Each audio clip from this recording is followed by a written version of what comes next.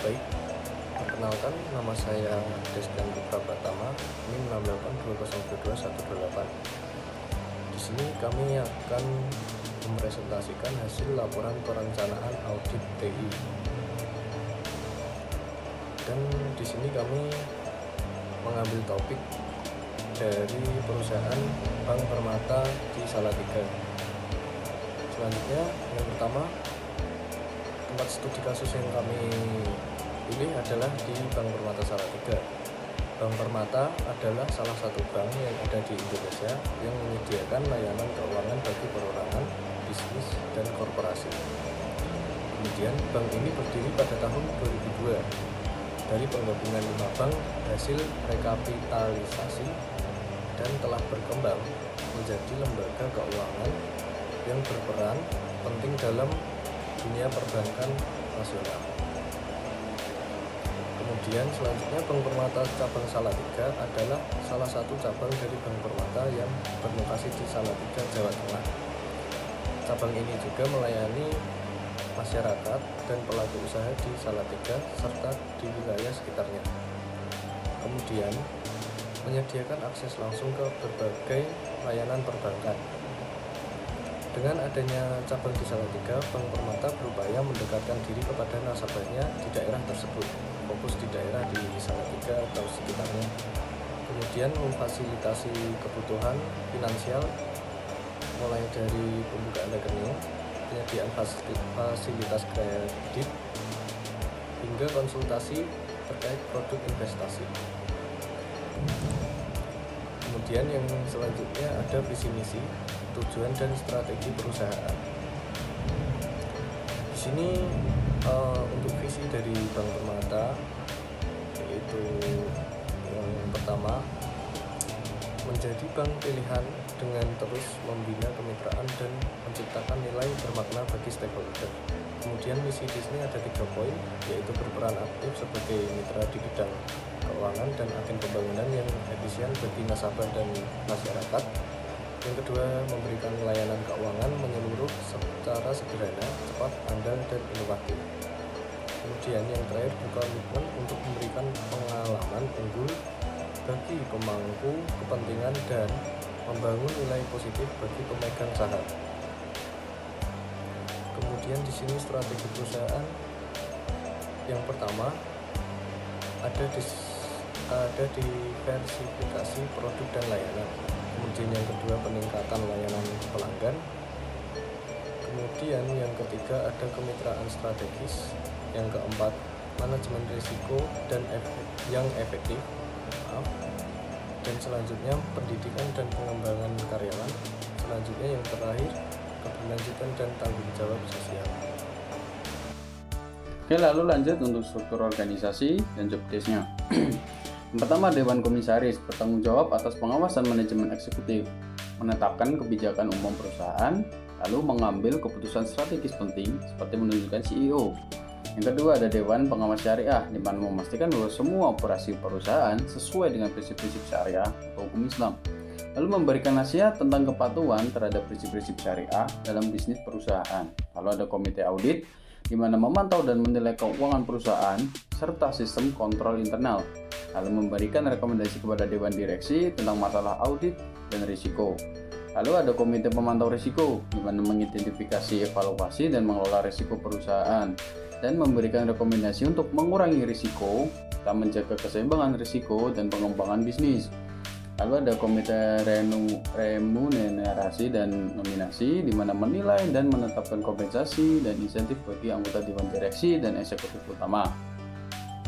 Lalu menominasikan kandidat baru untuk Dewan Direksi. Lalu ada Direktur Utama, di mana bertanggung jawab atas kepemimpinan dan strategi perusahaan, lalu mengambil keputusan strategi sehari-hari dan mengelola operasi perusahaan. Lalu ada Direktur Retail Banking, di mana bertanggung jawab atas operasi dan mengembangkan bisnis perbankan retail, dan juga merancang produk dan layanan perbankan untuk konsumen individu. Lalu ada Chief Branch Network, di mana mengelola jaringan cabang, bank, dan aktivitas yang terkait, lalu memastikan operasi cabang berjalan dengan efisien. Lalu ada Direktur Wholesale Banking, di mana mengawasi operasi perbankan grosir, seperti pembiayaan perusahaan dan lembaga keuangan, dan juga berfokus pada bisnis dan klien korporat. Lalu ada Shift International Banking and Advisory, di mana mengelola operasi perbankan internasional dan memberikan layanan konsultasi, lalu membantu perusahaan dalam transaksi internasional. Lalu ada Direktur Unit Usaha Syariah, di mana bertanggung jawab atas operasi perbankan yang sesuai dengan prinsip-prinsip syariah, yang dimana memastikan produk dan layanan yang sesuai dengan hukum Islam.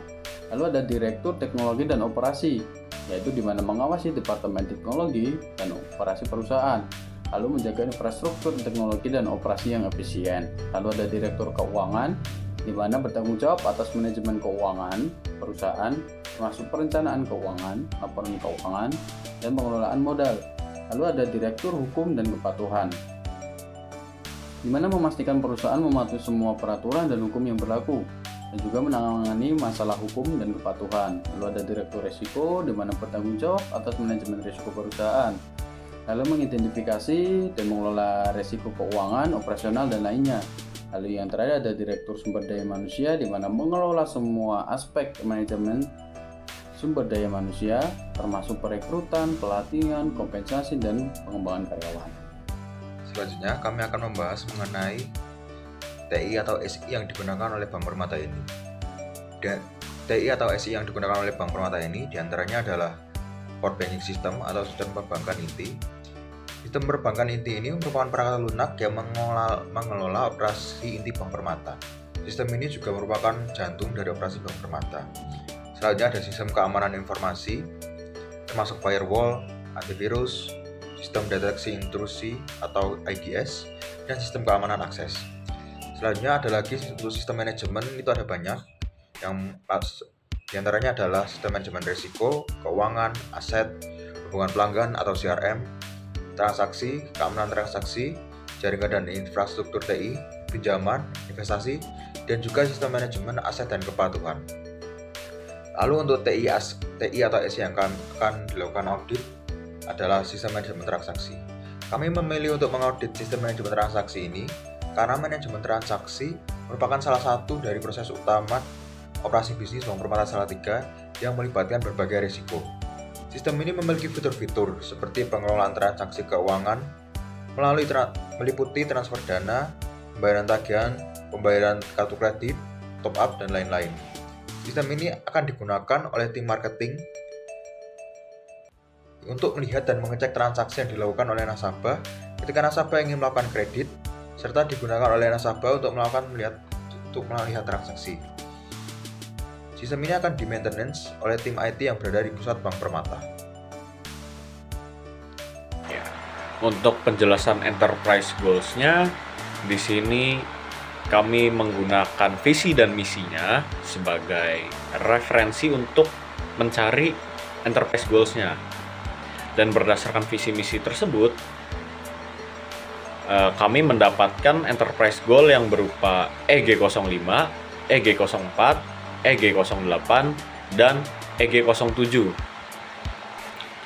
Yang dimana visi dan misi kami adalah menjadi bank pilihan dengan terus membina kemitraan dan menciptakan nilai bermakna bagi stakeholder, berperan aktif sebagai mitra di bidang keuangan dan agen pembangunan yang efisien bagi nasabah dan masyarakat, memberikan layanan keuangan menyeluruh secara sederhana, cepat, andal, dan inovatif. Lalu ada berkomitmen untuk memberikan pengalaman unggul bagi pemangku kepentingan dan membangun nilai positif bagi pemegang saham. Dan untuk IT goals-nya atau alignment goals-nya, di sini kita mengambil referensi yang itu ada 3. Untuk referensinya itu sendiri kita menggunakan AG04, AG08, dan AG10. IT goals ini untuk menyelaraskan kembali dari enterprise goals yang sudah kami definisikan di atas. Berdasarkan enterprise goals dan alignment goals yang sudah kami sebutkan tadi, kami mengambil domain dan subdomain sebagai berikut. Untuk domain, kami mengambil domain yang didapatkan oleh Bank Permata ini adalah EDM atau Evaluate, Direct and Monitor, APO, Align, Plan and Organize, BAI, Build, Acquire and Implement, DSS, Deliver, Service and Support, dan juga MEA atau Monitor, Evaluate and Access. Lalu untuk subdomainnya, kami mengambil subdomain sebagai berikut. Yang pertama ada IDM 05 dengan nama Ensured Stakeholder Engagements. Lalu ada juga subdomain APO 02 atau Manage Strategy. Lalu ada APO 03 dengan nama Managed Enterprise Architecture. Lalu APO 06 Managed Budget and Cost. Lalu APO 11 Managed Quality. Lalu APO 14 Managed Data. Lalu ada juga BAI 05 yaitu Managed Organizational Change. Selanjutnya ada BAI 09 atau Managed Assets. Lalu ada DSS 06 dengan nama Managed Business Process Controls. Lalu ada MEA 01 Managed Performance and Conformance Monitoring.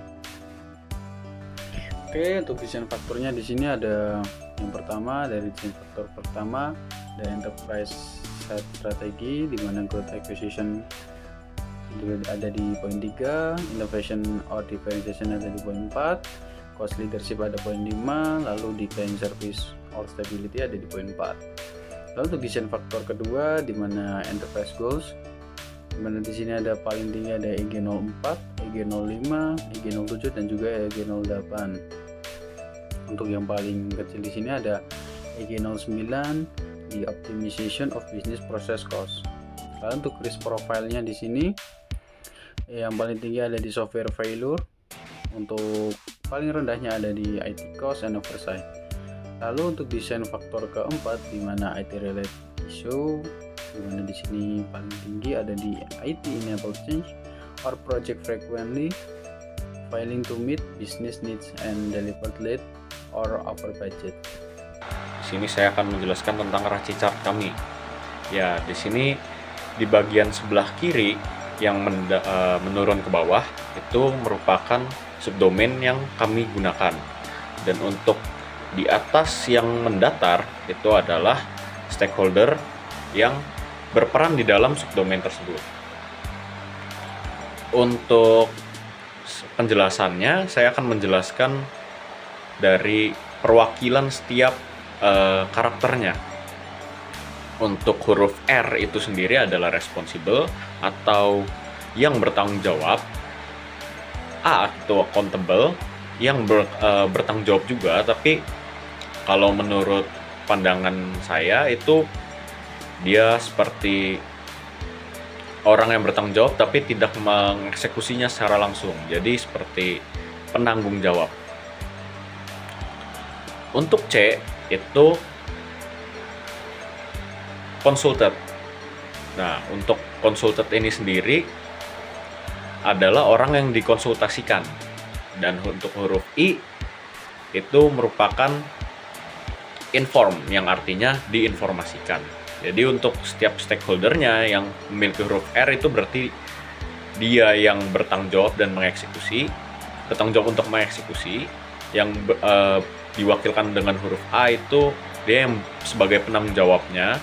Untuk huruf C itu dia yang dikonsultasikan atau dipentingkan pendapatnya. Untuk yang huruf I dia adalah orang yang diinformasikan.